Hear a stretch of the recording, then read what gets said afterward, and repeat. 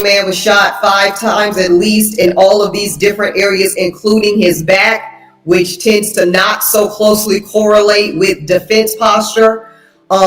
Any movement on them by saying, we've seen enough here and we're going to conclude as a matter of law and order that there's nothing to see here and this was just self-defense / defense of others, which I'll get to that in a minute, and case closed. The truth is finally on the table. T. Hood's autopsy report reveals gunshots no one can ignore. Doctors break down the wounds, police call it self-defense, and now the world is asking, did Kai Frost really pull the trigger to protect Kelsey? Or is the Frost family covering up a violent setup while T. Hood's family fights back? The story of T. Hood's final moments did not begin on the streets or in the blogs or even in the police station. It began in the cold, clinical silence of the Gwinnett County Medical Examiner's office. On that steel table under the harsh white lights lay the body of T. Hood, a body that could no longer rap, no longer fight, no longer defend itself. A body that had become evidence. And in that room, the doctors were tasked with answering one haunting question. How did T. Hood really die? The autopsy of T. Hood was brutal in detail. Doctors confirmed what many had already whispered. T. Hood was shot multiple times. The medical report did not sugarcoat it. It listed the gunshot wounds with chilling clarity: entry wounds, exit wounds, bullet fragments. Each mark on T. Hood's body told a story. Each wound became a piece of the puzzle.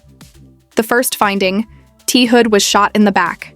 Yes, despite all the noise online, despite the Frost family insisting it was self-defense, the doctors confirmed that T. Hood had bullets enter through his back. But the report didn't stop there. T. Hood also had wounds in his abdomen, his buttocks, and both thighs. The diagram looked like a roadmap of violence drawn across T. Hood's flesh. The entry wound labeled 1E was found at the rear of T. Hood's left thigh. The bullet entered low and exited higher at the hip.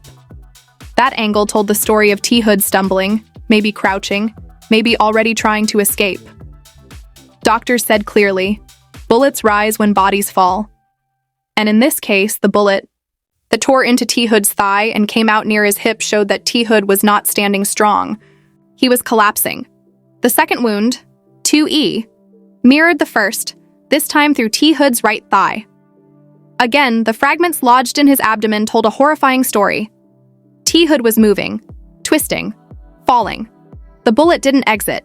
It stayed inside, leaving fragments that now served as evidence of the chaos. Then came the abdominal wound, 3E. This one was different. It was face-to-face. T. Hood had been shot in the front of his body, the lower abdomen. There was no exit. Wound. Instead, pieces of metal remained inside. The doctors highlighted how the fragments lay slightly higher than the entry, suggesting that T. Hood was turning or falling when the bullet struck. It meant that at some point, T. Hood faced whoever fired the gun. Whether it was Kai Frost or anyone else, T. Hood was in direct confrontation. The wound labeled 5E was devastating. It entered through T. Hood's buttocks and exited near the spine. This suggested T. Hood was bent forward when it hit. Was he crouching? Was he stumbling toward the floor? The angle didn't lie. T. Hood was not upright. T. Hood was vulnerable, and then came the fatal wound, the shot that ended it all. The shoulder blade entry, 4E, that exited again from the back. This shot tore through T. Hood's upper body, likely piercing the lungs, maybe even grazing the heart. Doctors said this was the shot that caused massive internal bleeding, the shot that collapsed T. Hood's body for good. Whether it was fired as T. Hood turned, as T. Hood fell, or as T. Hood tried to run, this was the shot that ended his life. The autopsy also revealed chilling details beyond the bullets. T. Hood's toxicology showed narcotics in his system. That finding alone would later be used by Kirk Frost, Rashida Frost, and their children to paint T. Hood as unstable, unpredictable, and dangerous. But to T. Hood's grieving family, those notes would be dismissed as character assassination, a smear campaign against a man who could no longer defend himself. The doctors noted scars and bruises on T. Hood's body, old injuries and fresh ones. These details complicated the story further. Were these signs that T. Hood was violent, Constantly in fights, a danger to others? Or were they signs that T. Hood had lived in chaos, a victim of his own demons and of those around him? The medical report didn't make judgments. It simply recorded what was there, and that's the haunting truth. The autopsy of T. Hood showed both sides of the story. The abdominal wound proved that T. Hood had been face-to-face with danger. The thigh and buttocks wounds proved that T. Hood had turned, maybe tried to flee. The shoulder blade wound proved that T. Hood was finished from behind. The science said one thing clearly. T. Hood was both aggressor and victim in those last seconds. But science could not tell intent. Science could not say whether Kai Frost pulled the trigger to protect Kelsey Frost, or whether Kai Frost pulled the trigger in cold revenge. That battle would be fought outside the morgue, in the media, in the streets, and in the courtroom. When the diagram was shown, the image of T. Hood's body covered in numbers, arrows, and fragments, it went viral. Social media lit up. Hashtags started trending. Justice for T. Hood, protect Kelsey, free Kai. On one side, Kirk Frost's supporters claimed the autopsy proved T. Hood was dangerous. On the other, T. Hood's mother and family screamed it was execution, a setup, an ambush carried out by Kelsey and her brothers. Inside the morgue, the doctors had done their job. They had mapped the final seconds of T. Hood's life. But outside, Kai, Kelsey, Kirk, and Rashida were about to wage war over what those wounds meant. And in the middle of it all was T. Hood, his name, his body, his story, pulled apart by everyone desperate to claim the truth. The ink on the autopsy report of T. Hood was barely dry when the real war began. Not in the morgue, but in the streets, on social media, and inside the offices of Gwinnett County Police. The doctors had given their version. T. Hood was shot multiple times, in the back, the abdomen, the buttocks, and both thighs. But now it was the police's turn to decide what those wounds meant. And from the very start, the police seemed determined to frame the death of T. Hood not as murder, but as something else entirely: self-defense. Detectives at Gwinnett County studied the diagrams, the bullet trajectories, the toxicology screens. They took statements from witnesses, and within days, their narrative started to form. According to police, T. Hood had pulled a weapon during a heated argument inside the home.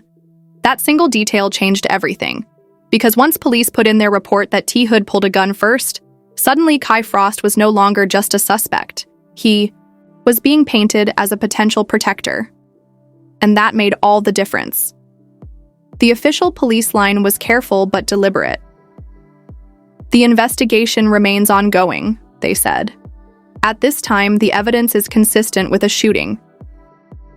In self-defense, the words were cold, measured, but to anyone listening, the meaning was loud and clear. Kai Frost, son of Kirk Frost and Rashida Frost, might walk free. This early framing infuriated T. Hood's family. His mother went live on Facebook, tears streaming down her face, screaming that her son had been executed. She repeated over and over, "He was shot in the back. He was shot 5 times in the back. How can that be self-defense?" Her cries echoed through the comments with thousands of fans typing, "Justice for T. Hood," and accusing Kelsey Frost of luring him into a trap. For T. Hood's family, the autopsy was proof of murder, not self-defense. But for the police, the autopsy was evidence to support their chosen narrative. And then came the media. TMZ was the first to break the story. Their headline read, "Rapper T. Hood shot dead in domestic dispute. Autopsy shows multiple gunshot wounds." The article included the chilling details, shots to the back, abdomen, buttocks, thighs, and then quoted Gwinnett County Police directly. Still being investigated as self-defense. Those 2 sentences, side by side, sent the internet into chaos. How could someone be shot in the back and still have it called self-defense? The contradiction ignited a storm. Blogs picked it up next. Urban gossip sites ran with the angle that T. Hood had been the aggressor, that Kelsey Frost was the true victim, and that Kai Frost had stepped in to protect his sister. Others spun the opposite, accusing Kirk Frost and Rashida Frost of covering up a family crime, using their celebrity to sway public opinion. Screenshots of the autopsy diagram went viral on Twitter, with arrows pointing at T. Hood's back wounds, and captions like, "Explain this, Frost family." For the police, every headline mattered. They knew the public was watching. They knew fans of love and hip-hop were invested because this wasn't just a random Atlanta rapper. This was T. Hood, the man dating Kelsey Frost, daughter of Kirk and stepdaughter of Rashida, two of the most infamous names in VH1 reality history. Every update wasn't just about law. It was about TV drama spilling into real life. Privately, investigators admitted to one another that the case would be messy. But officially, they stuck to the self-defense angle. Reports leaked that police had obtained a 911 call from March where Kelsey Frost claimed T. Hood had stolen her car and pulled a gun on her. There were also allegations that T. Hood had put his hands on her before. For police, these reports were gold. They painted T. Hood as volatile, dangerous, a man who had been escalating for months. And if T. Hood was that man, then maybe Kai Frost pulling the trigger could be justified. But T. Hood's family wasn't buying it. They accused the police of bias, of siding with the celebrity Frost family. If this was any other family, they said, there would already be an arrest. To them, Kelsey Frost wasn't a victim. She was the mastermind. They claimed she had called her brothers, Kai and possibly even Kirk Jr., to the house deliberately, knowing that confrontation would end with T. Hood dead. To T. Hood's mother, this was no act of protection. This was a setup. Meanwhile, the Frosts stayed mostly silent, letting the police and the media shape the story for them. But silence is never really silence. Every time Kirk Frost or Rashida Frost posted something unrelated on Instagram, the comments exploded. "Your son is a killer! Free Kai! Justice for T. Hood!" Kelsey Frost's own social media was torn apart, half defending her as a victim of abuse, half accusing her of orchestrating her boyfriend's death. In Atlanta, the streets buzzed with theories. Barbershops, beauty salons, and clubs replayed the news clips like episodes of a reality show. Everyone had an opinion. Some said T. Hood was known for wild behavior, that he was bound to meet a violent end. Others said the Frosts were too powerful, too connected, and that they had the police in their pocket. In one corner of the city, T. Hood was mourned as a victim. In another, he was written off as a dangerous man who pushed too far. The contradictions only grew louder as more details leaked. Police sources told TMZ that shell casings matched only one gun, allegedly Kai Frost's. That meant T. Hood may have pulled a gun, but he never fired it. To some, that confirmed self-defense. To others, it looked like an ambush. Why would a man pull a gun and not shoot unless he never got the chance? The blogs spun it both ways, fueling the fire, and all the while, the core of the story remained the same. T. Hood was dead, shot multiple times, his body bearing wounds that could be read in two completely different ways. Either T. Hood was the aggressor who forced Kai to act, or T. Hood was the victim of a Frost family setup. And with the police pushing one version and the family screaming another, the public was left trapped in the middle, watching the drama unfold like a courtroom episode of Love and Hip Hop. By the second week after the autopsy, the city was split down the middle. Hashtags battled for dominance. Justice for Hood versus Protect Kelsey. Every time the police gave an update, the Frost supporters cheered. Every time T. Hood's family spoke out, his fans rallied. And in the background, lawyers began circling, preparing for what was sure to become a legal war. For now, Gwinnett County Police refused to arrest Kai Frost. They repeated their line, investigation ongoing, self-defense possible. But the truth was, they had already tipped their hand. They had already told the world what lens they were looking through. And that lens favored Kai, Kelsey, Kirk, and Rashida. And as that lens came into focus, the media frenzy only grew louder, dragging T. Hood's name through every headline, every comment section, every whispered conversation in Atlanta. His life was over, but his story had only just begun. By the time the autopsy of T. Hood had been picked apart by doctors, spun by police, and blasted by TMZ, the story was no longer just about a man who died. It had become a war between two families, two legacies, two narratives. And in the center of it all was the broken body of T. Hood, a rapper whose name now carried more weight in death than it ever had in life. On one side stood the Frost family, Kirk Frost, Rashida Frost, their daughter Kelsey Frost, and their son Kai Frost. To them, the story was simple. T. Hood was dangerous. T. Hood had a history of violence. T. Hood had already pulled a gun on Kelsey before. And on that night, when Kai saw T. Hood threaten his sister, he had no choice but to act. The Frost family painted Kai not as a killer, but as a protector, a brother who did what any sibling would do when their sister's life was on the line. This wasn't murder, their silence implied.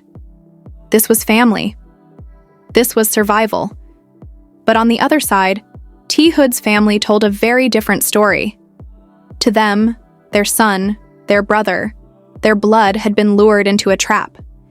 They believed Kelsey Frost called her brothers, Kai and maybe even Kirk Jr., to confront T. Hood deliberately. They insisted that T. Hood had been ambushed, cornered, and executed. They pointed at the back wounds as proof. They went live on Facebook, sat with bloggers, called into podcasts, repeating the same words over and over. T. Hood was set up. T. Hood was assassinated. Kelsey knew exactly what she was doing. The clash played out publicly like a season. Finale of love and hip-hop. Every time Kirk Frost posted on Instagram, the comments exploded. Free Kai! Justice for T. Hood! Every time Rashida Frost promoted her boutique, the hashtags flooded in. Protect Kelsey. Frosts are guilty. For Kelsey, the hate was unbearable. To half the internet, she was a victim of abuse who watched her boyfriend spiral out of control. To the other half, she was the mastermind who orchestrated his death. And then there was Kai Frost, the young man whose finger had allegedly pulled the trigger. He stayed silent, his face absent from social media, his voice absent from interviews. But silence is never neutral. To his supporters, Kai was staying quiet on the advice of lawyers, preparing to beat the case. To T. Hood's supporters, Kai's silence was guilt, proof that he had no defense for what he'd done. Either way, his name was everywhere. Every blog, every comment section, every whispered conversation in Atlanta carried the name Kai Frost. The families didn't just battle online, they battled in the streets. Candlelight vigils for T. Hood turned into rallies with his family demanding charges. Meanwhile, Frost supporters whispered that the DA might not file at all, that the case was already leaning toward self-defense. The city split in two, those who mourned T. Hood as a victim, and those who dismissed him as an aggressor who sealed his own fate. The media fed the fire. YouTube commentators replayed the leaked 911 calls where Kelsey Frost accused T. Hood of stealing her car and pulling a gun. Podcasts debated the autopsy diagram, pointing to the back wounds as evidence of execution. TMZ ran headline after headline, each one twisting the knife. T. Hood's family cries set up. Frost's claims self-defense. Every outlet had a side. Every platform became a battlefield. But the real war was just beginning. Because whispers grew louder that the DA's office was preparing to meet with investigators. And that meant a decision had to be made. Would Kai Frost be charged with murder, manslaughter, or nothing at all? If charged, the courtroom would become the new stage. Prosecutors would point to the autopsy, showing how T. Hood was shot in the back, in the thighs, in the buttocks. They would ask, if this was self-defense, why did T. Hood end up shot while fleeing? Why did Kai keep firing? They would argue proportionality, that even if T. Hood pulled a gun, the response was overkill. 5 shots, multiple angles, 1 dead man. That, they would say, was not protection. That was revenge. But the defense, led by lawyers for the Frost family, would argue the opposite. They would replay every report, every bruise, every scar, painting T. Hood as a violent man spiraling out of control. They would remind the jury that Kelsey Frost was a victim, that she had called for help, that Kai Frost had arrived to find his sister in danger. And they would hammer one point home. T. Hood pulled a gun first. In Georgia law, that was enough to justify deadly force. The case would not just be about bullets, it would be about families. It would be about whether Kirk Frost and Rashida Frost had used their influence to protect their son, or whether T. Hood's mother was right all along, that this was a setup, a planned killing disguised as self-defense. And so, the stage is set. On one side, the Frosts, calling T. Hood a violent aggressor who left them no choice. On the other, T. Hood's grieving family, calling it an ambush, a murder carried out by Kai and covered up by police and media spin. The truth is buried. Somewhere between those bullet wounds, those 911 calls, and those family screams. But until the courtroom opens its doors, the world will only have questions. Was T. Hood the aggressor who forced Kai Frost to act?